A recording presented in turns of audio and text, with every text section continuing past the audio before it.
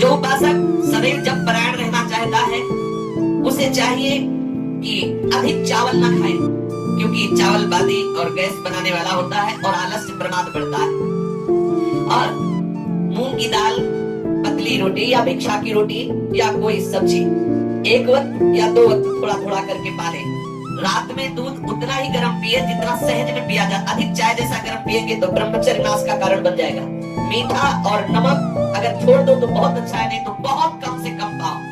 अगर आपको अजबाजा निरंतर भजन करना है, चावल, खट्टा दही, खटाई, बहुत मात्रा में तेल, लाल मिर्च, मसाला, मूंगफली, गोभी, प्याज, लहसुन बिल्कुल नहीं पाना चाहिए।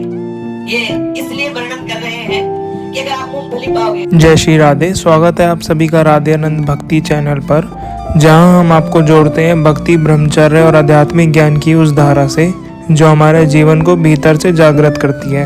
यह है हमारे श्रीमद् पूज्य प्रेमानंद जी महाराज की अमूल्य शिक्षाओं पर आधारित तीसरी कड़ी। सब्जी बनाते हैं, बहुत गर्म होती है, उपासक को बर्दाश्त नहीं हो पाएगा, उसके ब्रह्मचर्य को बर्दाश्त नहीं होगा। गोभी भी गैस्ट्रिक होती है। ये जितने पदार्थ लिखे हैं भजन में हानि करने वाले हैं। मांस आदि तो सर्वथा त्याज्य है, और प्याज लहसुन के लिए महापुरुषों से शास्त्रों में लिखा पाया गया है कि जो प्याज लहसुन पाता है उसे अंत में प्रेत की योनि प्राप्त होती है।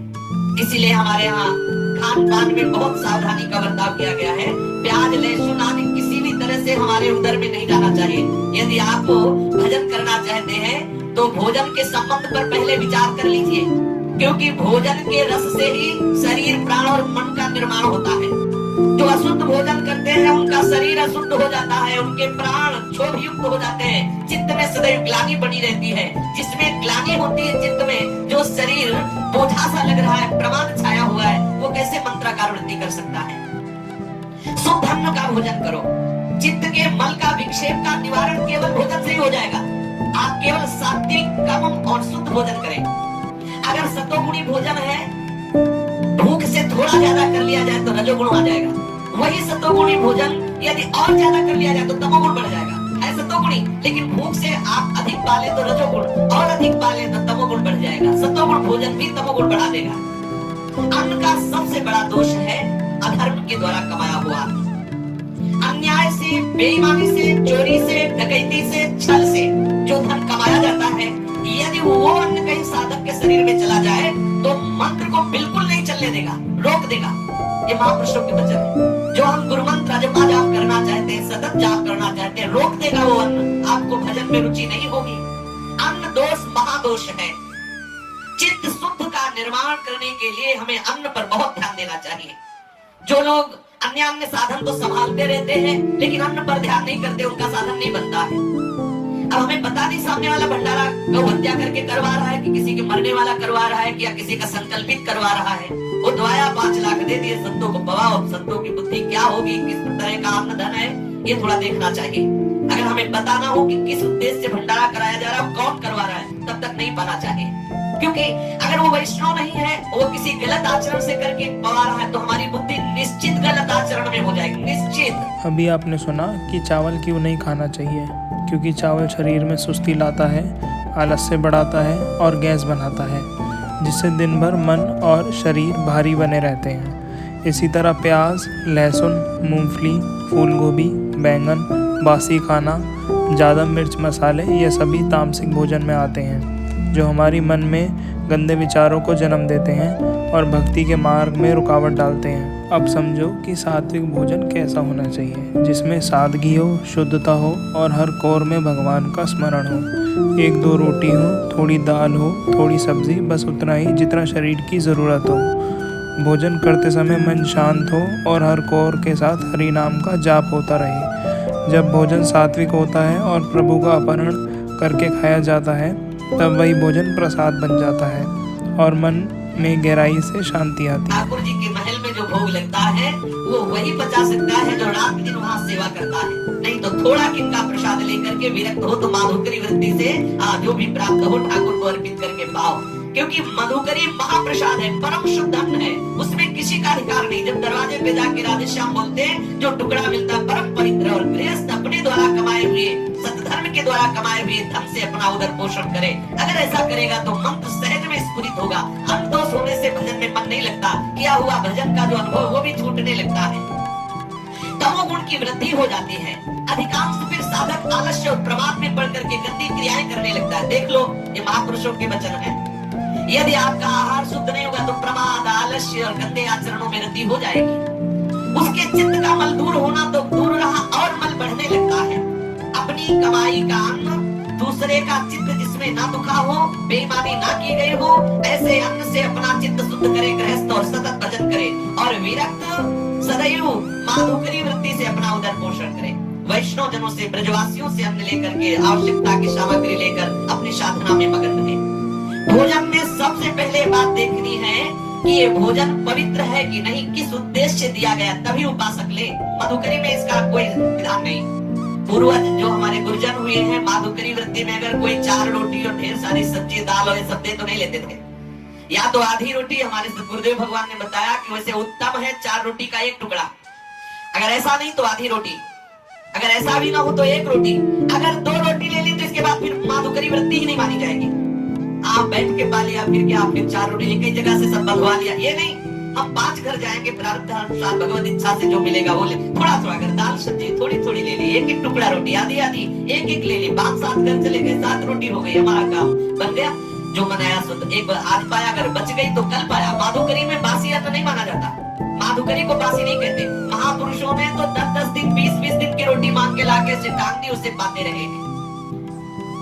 जिसमें किसी का हक मारा गया हो, बेईमानी की गई हो या किसी के संकल्प के द्वारा ऐसा पाने से साधक का मन जो है वो भजन से रहित होने लगता है। जब कभी तुम्हारा भजन छूटे और कामना जाकर तो 2 बात देख लेना, या तो भोजन गलत हो गया, वैष्णव अपराध बन गया, नहीं तो साधक जो भजन करता है उसका भजन छूटना और काम आदि दोष आना हो ही नहीं सकता।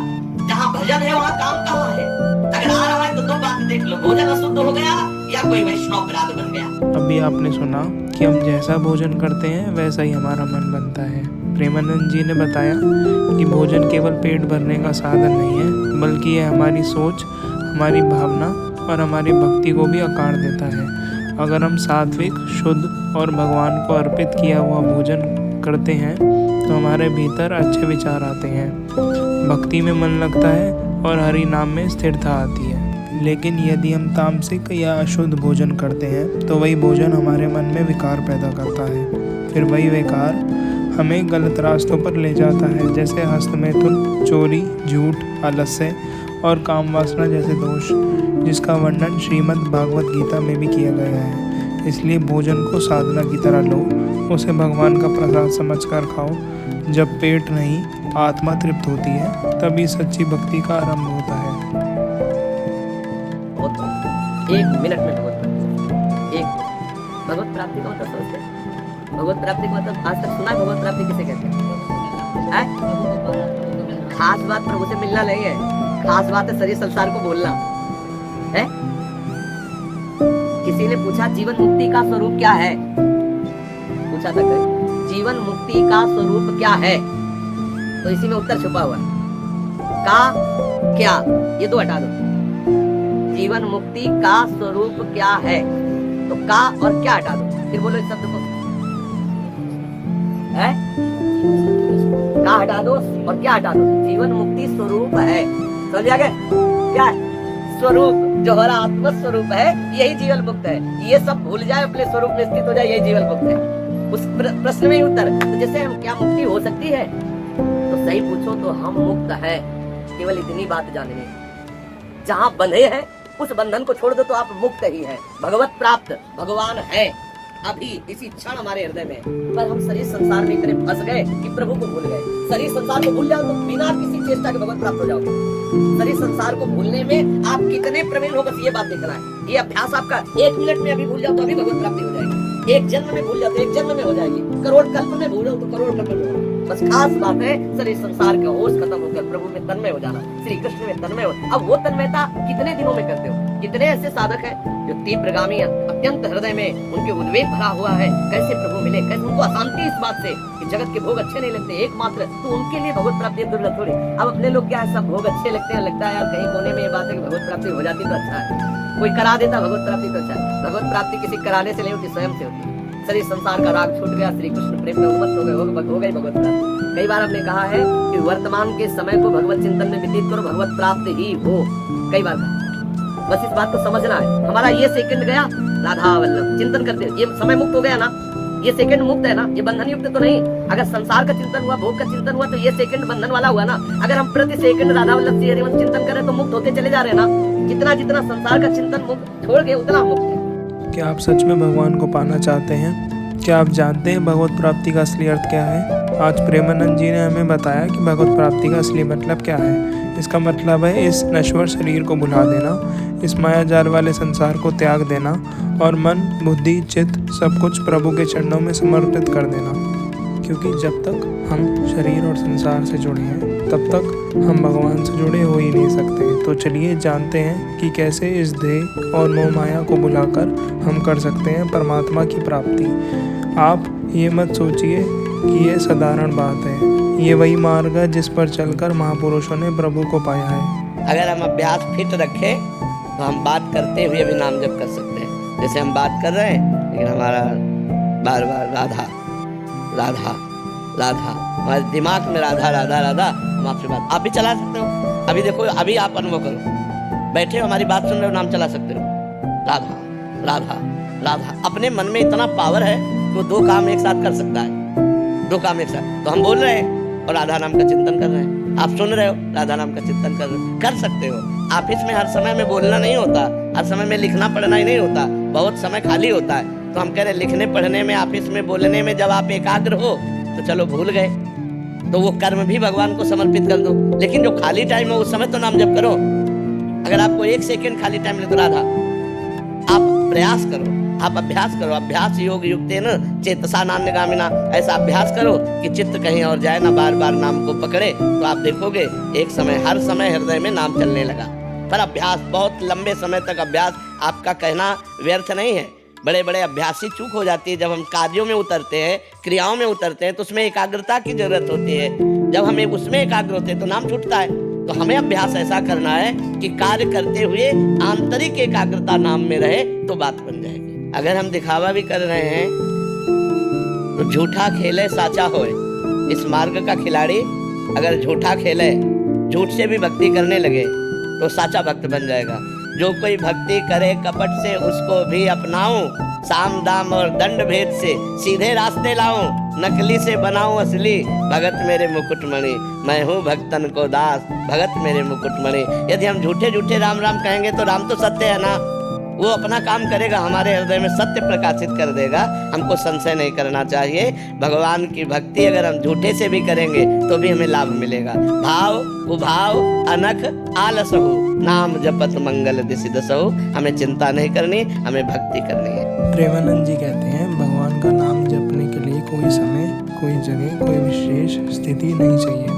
अगर आप कॉर्पोरेट जॉब में हैं, कोई बिजनेस कर रहे हैं, काम में व्यस्त हैं, पढ़ाई कर रहे हैं, लिख रहे हैं, तब भी आप अपने मन में राधे राधे राधे राधे जप सकते हैं। क्योंकि हमारा मन इतना तेज है कि एक साथ दो काम कर सकता है। एक तरफ आप काम कर रहे हैं, दूसरी तरफ आपके दिल में भगवान का नाम गूंज रहा है। प्रेमानंद जी ने कहा अगर आप दिन में 15 मिनट भी फ्री हैं तो वहीं से शुरुआत करें। ऑफिस खत्म होने के बाद या कोई भी समय मिलते ही नाम जप शुरू कर दो और धीरे धीरे ऐसा होगा कि आप जब भी कोई काम कर रहे होंगे आपके मन में राधे नाम अपने आप चल रहा होगा।